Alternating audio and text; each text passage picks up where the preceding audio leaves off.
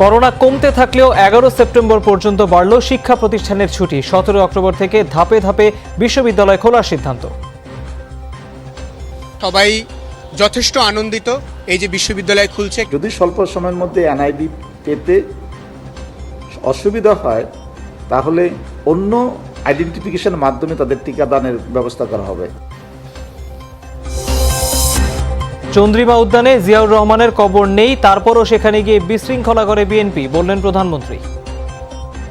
চন্দ্রিমা উদ্যানে জিয়ার কবরে যে মারামারি করলো বিএনপি জানে না যে সেখানে জিয়ার কবর নাই, জিয়া নাই ওখানে। পরিমণির জামিন শুনানি 2 কার্যদিবসে কেন নয় জানতে চেয়ে হাইকোর্টের রুল। 21 দিনের অপেক্ষায় খর্ব হয় আবেদনকারীর অধিকার। সমঝোতার পথে জাপান থেকে আসা 2 শিশুর বাবা মা, সন্তানদের মঙ্গল চিন্তা করে আলোচনার পর সিদ্ধান্ত নেবেন তারা। মধ্যাঞ্চলে বেশিরভাগ নদ নদীর পানি বিপদসীমার ওপরে, প্লাবিত নিচু এলাকা 1.5 দিনেও উদ্ধার করা যায়নি চট্টগ্রামের খালে পড়া ব্যক্তিকে। কাবুল বিমানবন্দরের প্রবেশপথে 2 দফা বোমা বিস্ফোরণে নারী শিশু সহ নিহত 13, 3 মার্কিন সেনা সহ বহু মানুষ আহত। এছাড়াও রাতের বাংলাদেশে থাকছে দীর্ঘদিন পর বিসিবির এজিএম, আঞ্চলিক ক্রিকেট কাঠামো বাস্তবায়ন ও মাঠ কেনার সিদ্ধান্ত, একসঙ্গে 2টি জাতীয় দল খেলানোর আশাবাদ।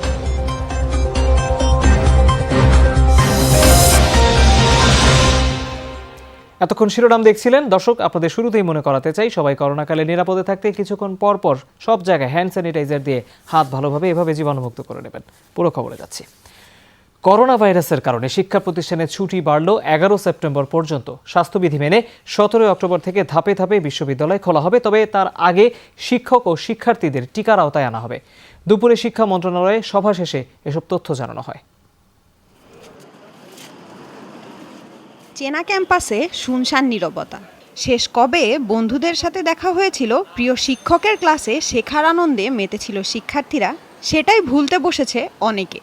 দফায় দফায় বেড়েছে ছুটি। রূঢ় বাস্তবতার মাঝপথে বারবার ভেস্তে গেছে পরিকল্পনা।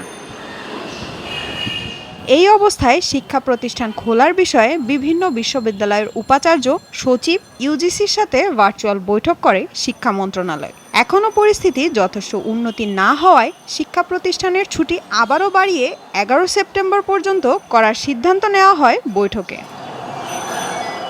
তবে বিশ্ববিদ্যালয় খোলার একটি রূপরেখায় একমত হয়েছেন সংশ্লিষ্টরা। সিদ্ধান্ত হয়েছে যথাযথ স্বাস্থ্যবিধি মেনে আগামী 17 অক্টোবর থেকে ধাপে ধাপে খুলে দেওয়া হবে বিশ্ববিদ্যালয়গুলো।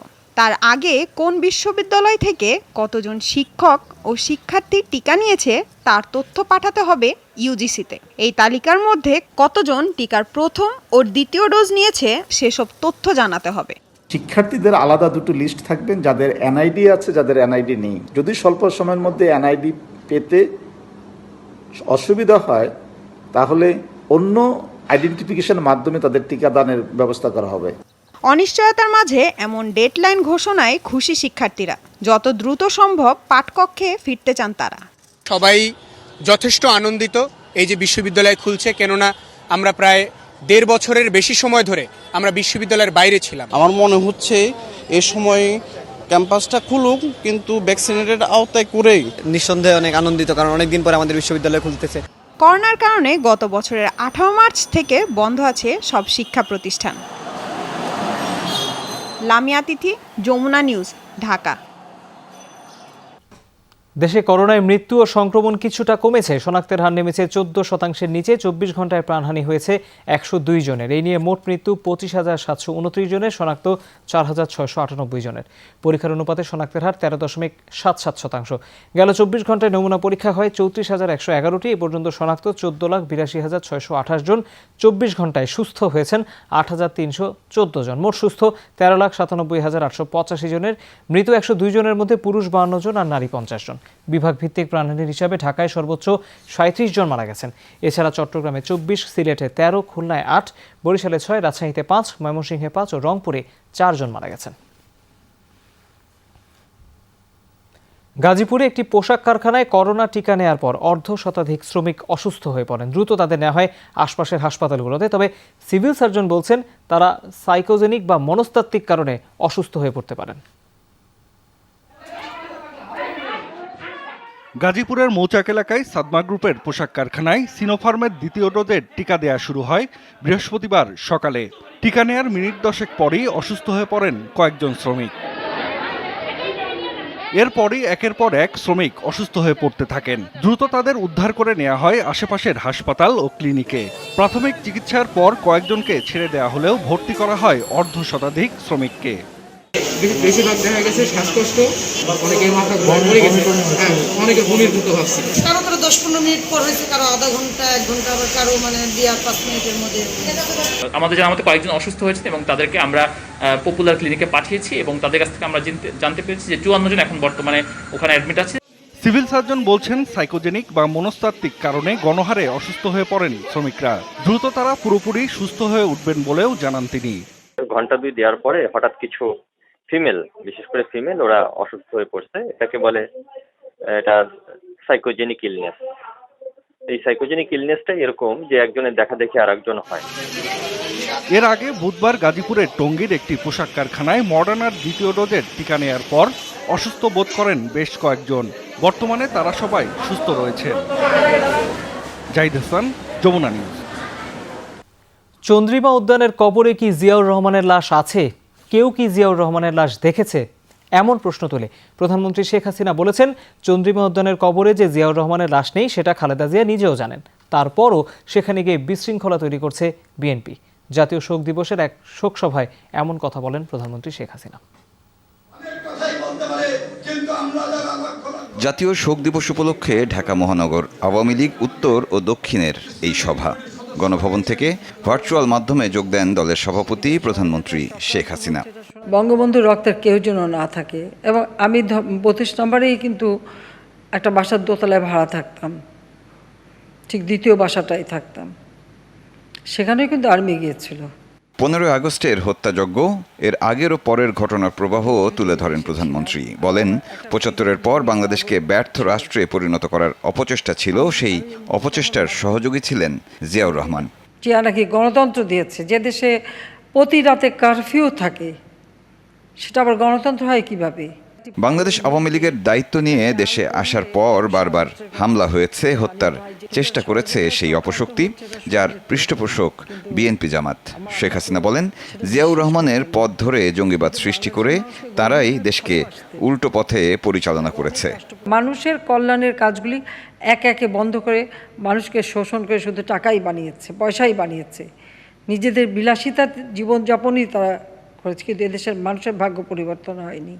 প্রধানমন্ত্রী বলেন, 12 বছরে বিশ্ব দরবারে মাথা তুলে দাঁড়িয়েছে বাংলাদেশ, আর স্বাধীনতা বিরোধীরা এখনও ষড়যন্ত্রে লিপ্ত। বিশৃঙ্খলা সৃষ্টির পায়তারা করছে তারা। আজকে জিয়াউর রহমানের চন্দ্রিমা উদ্যানে জিয়ার কবরে যে মারামারি করলো বিএনপি জানে না যে সেখানে জিয়ার কবর নাই, জিয়া নাই, ওখানে জিয়ার লাশ নাই। তারা তো ভালোই জানে, তাহলে আপনার নাটক করে কেন? খালেদা জিয়াও ভালোভাবে জানে। খালেদা জিয়া বা তারেক জিয়া কি বলতে পারবে যে তার বাবার লাশ দেখেছে? গুলি খাওয়া লাশ তো দেখাই যায়। তারা কি দেখেছে কখনো? বা কোনো একটা ছবি দেখেছে? কেউ দেখেনি, কারণ ওখানে কোনো লাশ ছিল না। একতাবদ্ধ হয়ে অতীতের সব বাধা পেরিয়েছে আওয়ামী লীগ। প্রধানমন্ত্রী বলেন, বিপদে দেশের মানুষের পাশে দাঁড়ায় একমাত্র এই দলটি। এই জন্য আমি বলতে পারি যে আওয়ামী লীগ আমার পরিবার, বাংলাদেশটাই আমার পরিবার। আমি সেইভাবেই বাংলাদেশের মানুষকে দেখি। মোহসিনুল হাকিম, যমুনা নিউজ, ঢাকা। চুরি করার জন্যই টিকা নিয়ে তেলেসমাতি কাণ্ড করছে সরকার, অভিযোগ বিএনপি মহাসচিব মির্জা ফখরুল ইসলাম আলমগীরের। মানসম্পন্ন ভ্যাকসিন কেনার তাগিদ দিয়েছেন তিনি। সরকার করোনা মোকাবেলা ও জীবন জীবিকা রক্ষায় সম্পূর্ণ ব্যর্থ বলে দাবি করেন বিএনপি মহাসচিব। সকালে রাজধানীর কোরআনে এক অনুষ্ঠানে তিনি এসব কথা বলেন। রাজধানীর গোরানে ঢাকা 9 সংসদীয় আসনে করোনা হেল্প সেলের উদ্বোধনী অনুষ্ঠানে যোগ দেন বিএনপি মহাসচিব মির্জা ফখরুল ইসলাম আলমগীর। এমন মিছিল করব যে মিছিলে হাসিনার তক্তে তওস কেঁপে উঠবে। মির্জা ফখরুল বলেন, করোনার শুরু থেকে একমাত্র বিএনপি ঘরে ঘরে মানুষের কাছে পৌঁছেছে। করোনা মোকাবেলা থেকে শুরু করে সব ক্ষেত্রেই সরকার ব্যর্থ। ক্ষমতাসীনরা টিকা নিয়ে রাজনীতি ও ব্যবসা করছে বলেও অভিযোগ করেন তিনি। আপনারা ব্যর্থ হচ্ছেন মানুষের জীবন ও জীবিকা রক্ষা করতে। আপনারা সম্পূর্ণ ব্যর্থ হয়েছেন এই করোনা মোকাবেলা করতে, সম্পূর্ণ ব্যর্থ হয়েছেন। এই টিকা নিয়ে তেরেসমাতি করার কাণ্ডের কারণটা কি জানেন? চুরি করা। তারা টিকা নিয়ে দুর্নীতি করেছে, টিকা নিয়ে ব্যবসা করতে চেয়েছে, মানুষের জীবনকে জিম্মি করে তারা টিকা নিয়ে ব্যবসা করছে। বিএনপি মহাসচিব বলেন, আওয়ামী লীগ মুখে গণতন্ত্রের কথা বলে বাকশাল প্রতিষ্ঠা করেছে। সরকারের নির্যাতনের স্টিম রোলারে বিপন্ন জাতি। আদালত থেকে শুরু করে সব ক্ষেত্রেই করা হয়েছে দলীয়করণ। প্রায় 1 যুগ ধরে আমাদের উপর দিয়ে অত্যাচার, নির্যাতন, নিপীড়নের স্টিম রোলার চালাচ্ছে, তাতে গোটা জাতি আজকে আপনার বিপন্ন হয়ে পড়েছে, তার অস্তিত্ব বিপন্ন হয়ে পড়েছে। পুলিশের অফিসাররা যদি অপহরণ করে যিনি 50 লক্ষ টাকা চায়, তো দেশের মানুষ যাবে কার কাছে? বিচারালয়ে যাবে, কোর্টে যাবে, কোর্টেও সেখানে দলীয়করণ, সেখানে আপনার দল হিসেবে মানুষের বিচার হয়। বর্তমান অবস্থাকে ভয়াবহ উল্লেখ করে মির্জা ফখরুল বলেন, রাস্তায় নেমে আন্দোলনের মাধ্যমে সরকারের পদত্যাগ ঘটাতে হবে। আগাম আন্দোলনের আহ্বান জানিয়ে বক্তব্য শেষ করছি। আসসালামু আলাইকুম। সাইফুদ্দিন রবিন, যমুনা নিউজ, ঢাকা। চিত্রনায়িকা পরিমণির জামিন আবেদনের শুনানি 2 কার্যদিবসে কেন নিষ্পত্তি করা হবে না তা জানতে চেয়ে রুল জারি করেছেন হাইকোর্ট। বিচারপতি মোস্তফা জামান ইসলাম ও বিচারপতি KM জাহিদ সরোয়ারের সমন্বয়ে গঠিত ভার্চুয়াল হাইকোর্ট বেঞ্চ এই রুল দিয়েছেন। একই সঙ্গে আদালত তার জামিন শুনানির দিন ধার্যের আদেশ কেন বাতিল করা হবে না তাও জানতে চেয়েছেন রুলে। গত 22 আগস্ট মাদক মামলায় কারাগারে থাকা চিত্রনায়িকা পরিমণির জামিন শুনানির জন্য 13 সেপ্টেম্বর দিন ধার্য করেন ঢাকা মহানগর দায়রা জজ। পরে দ্রুত সময়ে জামিন শুনানির জন্য পুনরায় আবেদন করলে তাও নাকচ করে দেন আদালত। বুধবার বিচারিক আদালতের আদেশের বৈধতা চ্যালেঞ্জ করে হাইকোর্টে আবেদন করেন পরিমণি। এতে বিলম্বে জামিন আবেদন শুনানির দিন রাখার যৌক্তিকতা নিয়ে প্রশ্ন তুলে পরিমণির অন্তর্বর্তীকালীন জামিনও চাওয়া হয়। নিম্ন আদালতে 21 দিন পর জামিন শুনানির আদেশ কেন বাতিল ঘোষণা করা হবে না তা জানতে চেয়ে রুল জারি করেন হাইকোর্ট। কেন এত দেরিতে রাখছে এই মর্মে কারণ দর্শায় বলছে যে এটা 2 দিনের মধ্যে শুনানি করার জন্য, এবং সেই মর্মে 1/9/2021 উনি আদেশ পাস করবেন। জামিন শুনানির জন্য কেন 21 দিন অপেক্ষা করতে হবে প্রশ্ন রাখেন হাইকোর্ট। এতে আবেদনকারীর অধিকার ও স্বাধীনতা খর্ব হয় বলেও অভিমত উচ্চ আদালতের। এই মামলার যে অফেন্সের যে মাত্রা, এই মাত্রা অনুযায়ী তাকে আগে বেল দেওয়ার জরুরি ছিল বলে আমাদের কাছে মনে হয়েছে, সেটা কোর্টকে বলেছি আমরা। তো মাননীয় আদালত সেটা বিবেচনায় নিয়েছেন। বিবেচনা নেওয়ার কারণেই আমরা মনে করি যে দ্রুততার সাথে এই মামলাটা নিষ্পত্তির জন্য উনি রুল ইস্যু করেছেন। গত 4 আগস্ট বনানীতে পরিমণির বাসায় অভিযান চালিয়ে তাকে আটক করা হয়। পরে মাদক মামলায় 3 দফায় পরিমণিকে রিমান্ডে নেওয়া হয়। রাব্বি সিদ্দিকী, যমুনা নিউজ, ঢাকা। ব্রাহ্মণবাড়িয়ার সরাইলে পরকীয়ার অভিযোগে এক নারীর মাথার চুল কেটে নির্যাতনের ভিডিও ছড়িয়ে পড়েছে সামাজিক যোগাযোগ মাধ্যমে। নির্যাতনের অভিযোগে মূল অভিযুক্ত তানজিনার বোন রাশিদা বেগমকে আটক করা হয়েছে। পুলিশ জানায় 22 জুলাই সরাইলের তানজিনা বেগম স্বামীর পরকীয়ার সন্দেহে নির্যাতনের শিকার নারীকে তার বাবার বাড়িতে ডেকে নেয়।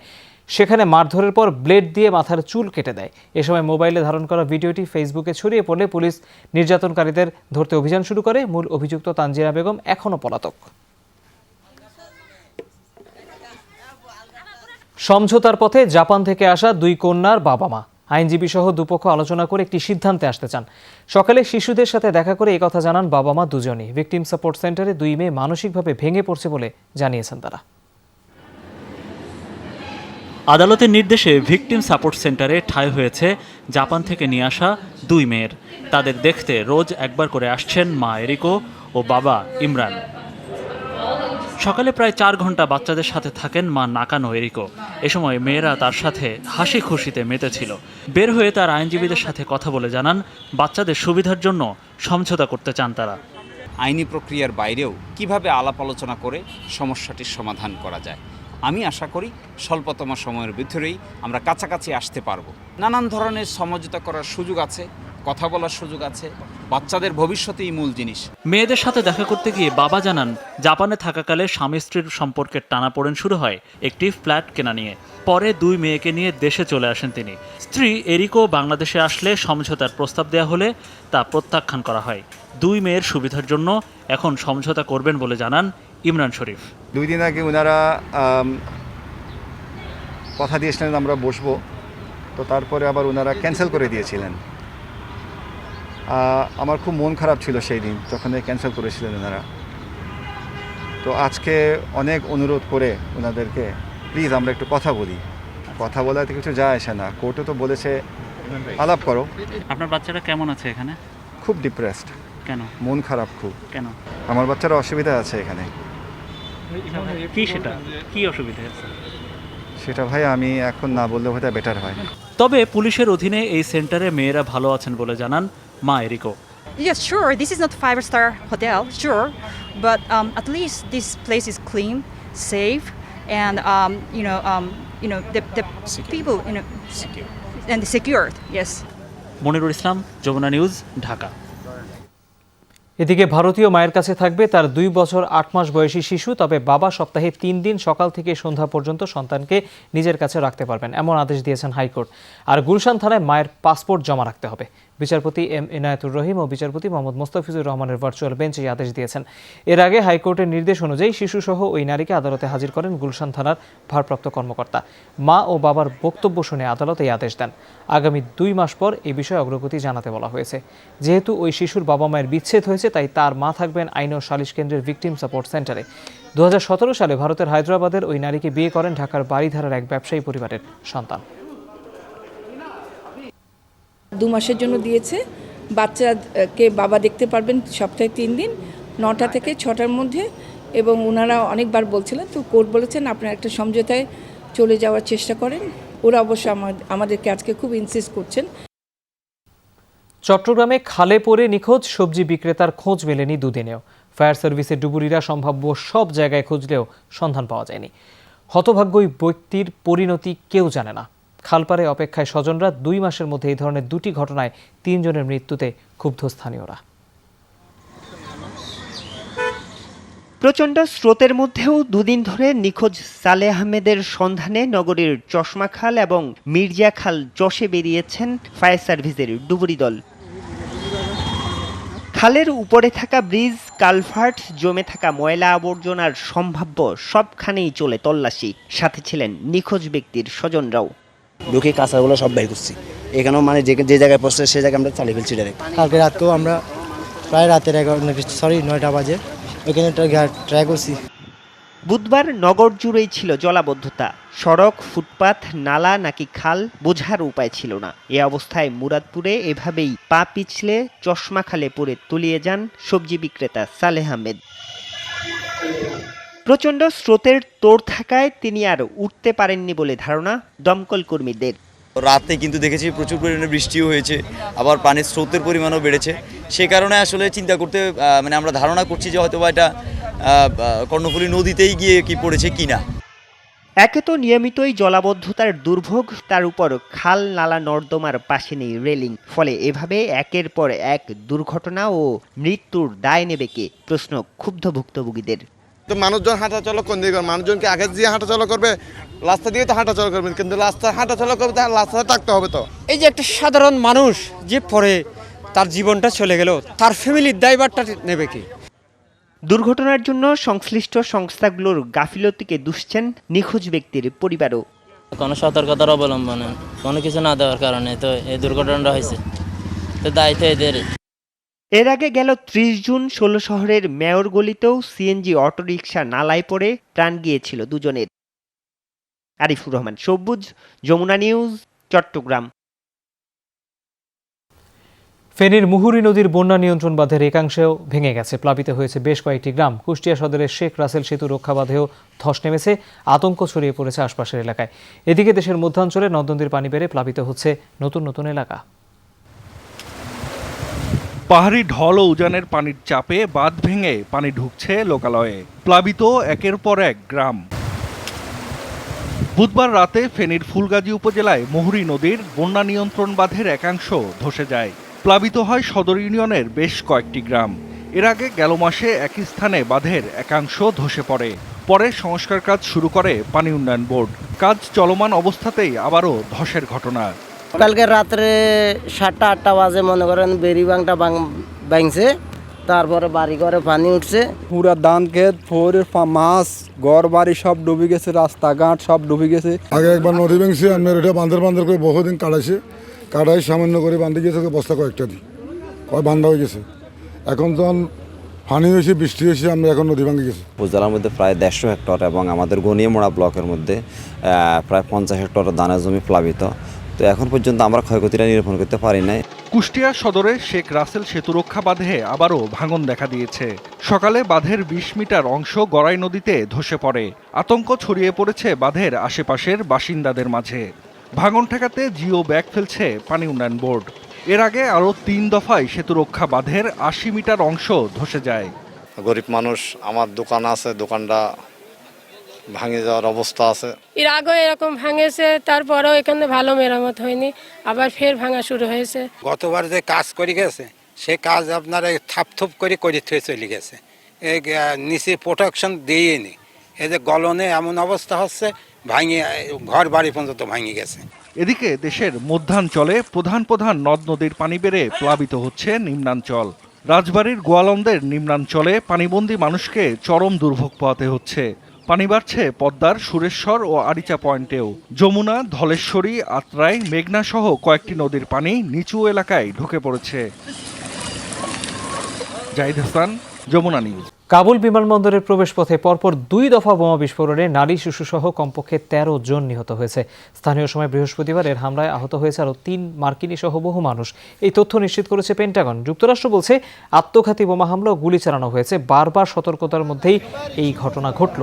বাংলাদেশের পররাষ্ট্র মন্ত্রণালয় জানিয়েছে বিস্ফোরণের মাত্র 20 মিনিট আগে বিমানবন্দর এলাকায় কয়েকজন বাংলাদেশি ছিলেন, তবে তারা আগেই সরে যাওয়ায় সবাই নিরাপদে আছেন। এখনও এই হামলার দায় কেউ স্বীকার করেনি। কয়েকদিন ধরে কাবুলের বিমানবন্দর এলাকায় জঙ্গি গোষ্ঠী IS হামলা চালাতে পারে বলে সতর্ক করেছিল যুক্তরাষ্ট্র। সুনির্দিষ্ট করে কিছু না জানালেও আফগানিস্তানে আটকে পড়াদের সুবিধা মতো দেশে ফিরিয়ে আনা হবে বলে জানিয়েছেন পররাষ্ট্রমন্ত্রী AK আব্দুল মোমেন। বিকেলে ইস্কাটনের বাসায় আফগানিস্তান ইস্যুতে তিনি ব্রিফ করেন। ওখানে যারা ঝামেলা করলো, তারাই মানুষ মারলো, 1,80,000 না কত লোক মারা গেছে, সেইগুলো হিউম্যান রাইটস ভায়োলেট হয় না। আর এখন কিসের থেকে পড়ে গেছে, প্লেন থেকে পড়ে গেছে, ওইটাই বড় হিউম্যান রাইটস হয়েছে। কিন্তু পরিস্থিতি যারা তৈরি করেছে এইগুলো জানি মনে হয় মানে এদের ড্র্যাগ ইনটু দিস, সেইটার কোনো দায়িত্ব কেউ নিতে চায় না। চলতি বছরে 6 মাসেই খেলাপি বেড়েছে প্রায় 9,500 কোটি টাকা। বিশ্লেষকরা বলছেন কিস্তি পরিশোধে এখনও সুবিধা পাচ্ছেন গ্রাহকরা। এটি পুরোপুরি প্রত্যাহার হলে খেলাপির পরিমাণ আরও বাড়বে। আর ব্যাংকাররা বলছেন করোনায় ব্যবসা বাণিজ্য ক্ষতিগ্রস্ত হয়েছে, আবার সক্ষমতা থাকার পরও টাকা পরিশোধের অনেকে এটিকে সুযোগ হিসেবে কাজে লাগাচ্ছেন। মহামারী করোনায় ঋণ পরিশোধে ছাড় পেয়েছেন ব্যবসায়ীরা। নীতি সহায়তার কারণে গেল বছর কিস্তি না দিয়েও খেলাপি হননি তারা। এখনও পাচ্ছেন কিস্তি পরিশোধে ছাড়। এরপরও বাড়তে শুরু করেছে খেলাপি ঋণের পরিমাণ। 6 মাসে খেলাপি ঋণ বেড়েছে 9,500 কোটি টাকা। শেষ 3 মাসেই যোগ হয়েছে প্রায় 4,000 কোটি। বিতরণ করা ঋণের প্রায় 9% খেলাপি। ব্যাংকাররা বলছেন করোনা সংকট কাটিয়ে এখনও ঘুরে দাঁড়াতে পারেনি ব্যবসায়ীরা, তবে সুযোগও নিচ্ছেন কেউ কেউ। অ্যাকচুয়ালি আমরা কোভিড সিচুয়েশন থেকে বেরিয়ে আসতে পারি নাই, তো স্বাভাবিকভাবে ডিসেম্বরের পরে তো এই লোন ডিফারমেন্টটা উঠিয়ে দেওয়া হয়েছে। এখন কিছু কিছু ক্যাশ ফ্লো আসছে, কিছু কিছু আসছে না। যাদের কাছ থেকে আসছে না তারা কিন্তু এখনও এফেক্টেড। তো সামনে যদি এগুলো চলে আসে তাহলে আবার দেখা যাবে যে NPL কমে যাচ্ছে। ইকোনমিক অ্যাক্টিভিটিজের স্থবিরতার কারণে কিছু কিছু ডিফল্ট হইতে পারে, এটা জেনারেলি আমরা ধরে নিই যে ব্যাংকিং করতে গেলে, ব্যবসা করতে গেলে একটা ডিফল্ট কেস হবে। এটা সব জায়গায় পৃথিবীর আছে, কিন্তু আমাদের ক্ষেত্রে এটার বাইরেও আরেকটা আছে, সেটা হচ্ছে ইচ্ছাকৃতভাবে অনেকে টাকা পয়সা দিতে চান না, ব্যাংক তার আদায়যোগ্য ঋণ পাচ্ছে না। খেলাপি ঋণের প্রায় অর্ধেকই সরকারি ব্যাংকের, আর বেসরকারি ব্যাংকের বিতরণ করা ঋণের মধ্যে খেলাপির পরিমাণ প্রায় 5.5%। বিশ্লেষকরা বলছেন খেলাপির প্রকৃত চিত্র আরও খারাপ। অবশ্য বাংলাদেশ ব্যাংক বলছে খেলাপি লুকিয়ে রাখার কোনো সুযোগ নেই।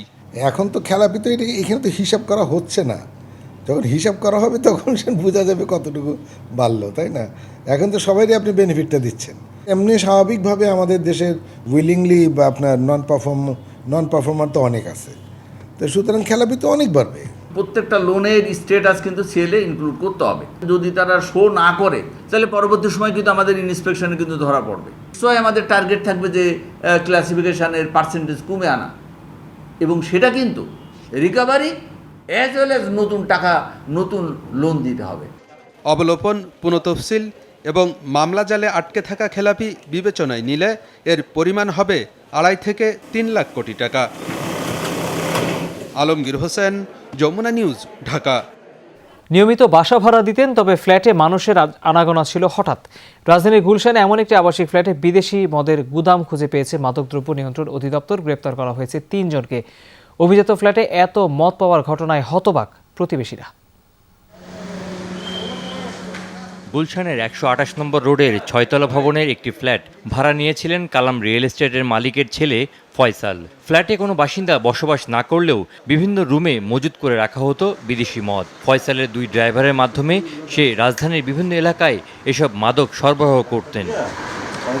গোপন সংবাদের ভিত্তিতে ফয়সালের বাসা এবং গোডাউনে অভিযান চালিয়ে 150 বোতল মদ ও 100 ক্যান বিয়ার জব্দ করা হয়। গ্রেফতার হন ফয়সাল সহ 3 জন। সে বিভিন্ন বাসা ভাড়া নেয়, গুলশান শহরে বিভিন্ন বাসা ভাড়া নেওয়ার আড়ালে সে এই মাদকগুলো সেখানে স্টক করে।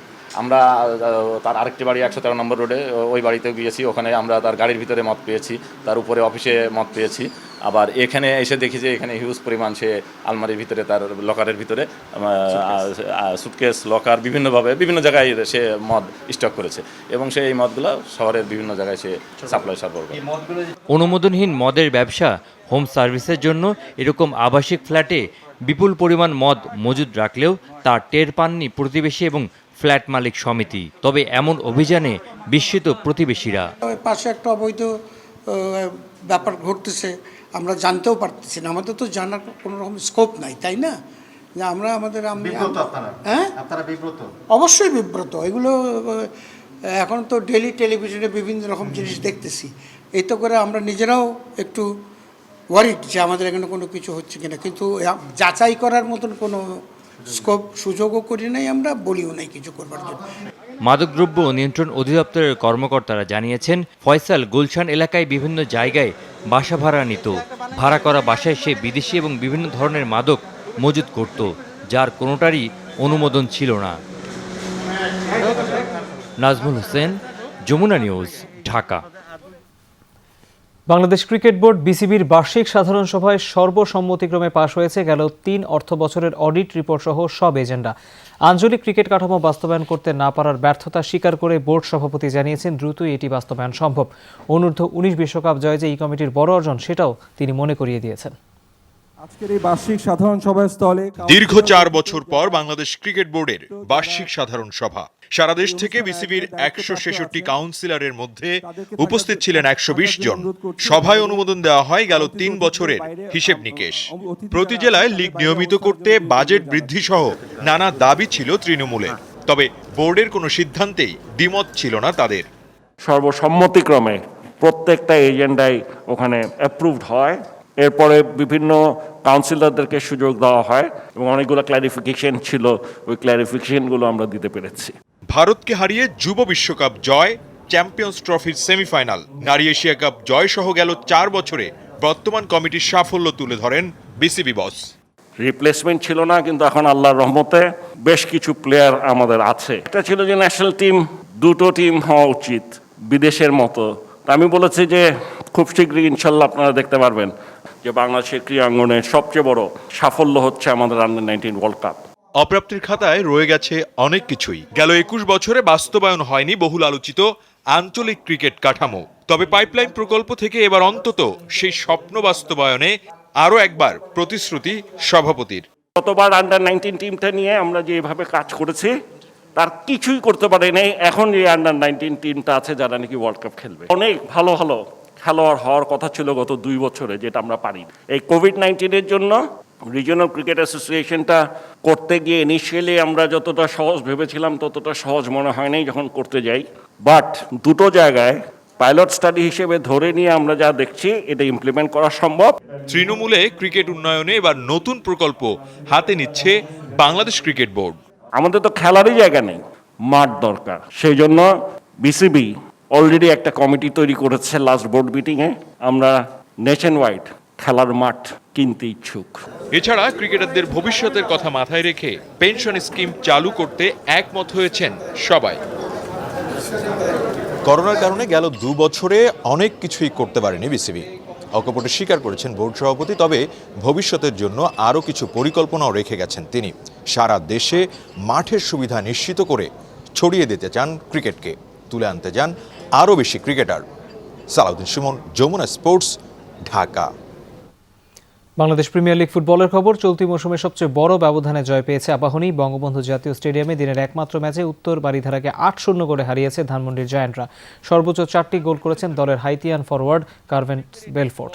ম্যাচে 33, 68, 75 ও 90 মিনিটে তিনি গোল করেন। মৌসুমে এটি দ্বিতীয় হ্যাট্রিক বেলফোর্টের। 17 গোল করে উঠে এসেছেন সর্বোচ্চ গোলদাতা তৃতীয় স্থানে। আবাহনীর হয়ে অপর 3টি গোল করেছেন রাফায়েল অগাস্তো ও জুয়েল রানা। এই জয়ে 23 ম্যাচে 46 পয়েন্ট নিয়ে টেবিলের তৃতীয় স্থানে আবাহনী। সমান ম্যাচে 49 পয়েন্ট নিয়ে দ্বিতীয় স্থানে আছে শেখ জামাল। মৌসুমে নিজেদের শেষ ম্যাচে আবাহনীর প্রতিপক্ষ বসুন্ধরা কিংস।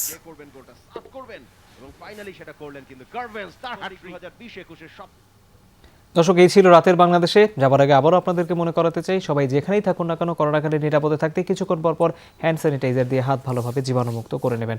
এতক্ষণ আমাদের সাথে থাকার জন্য ধন্যবাদ।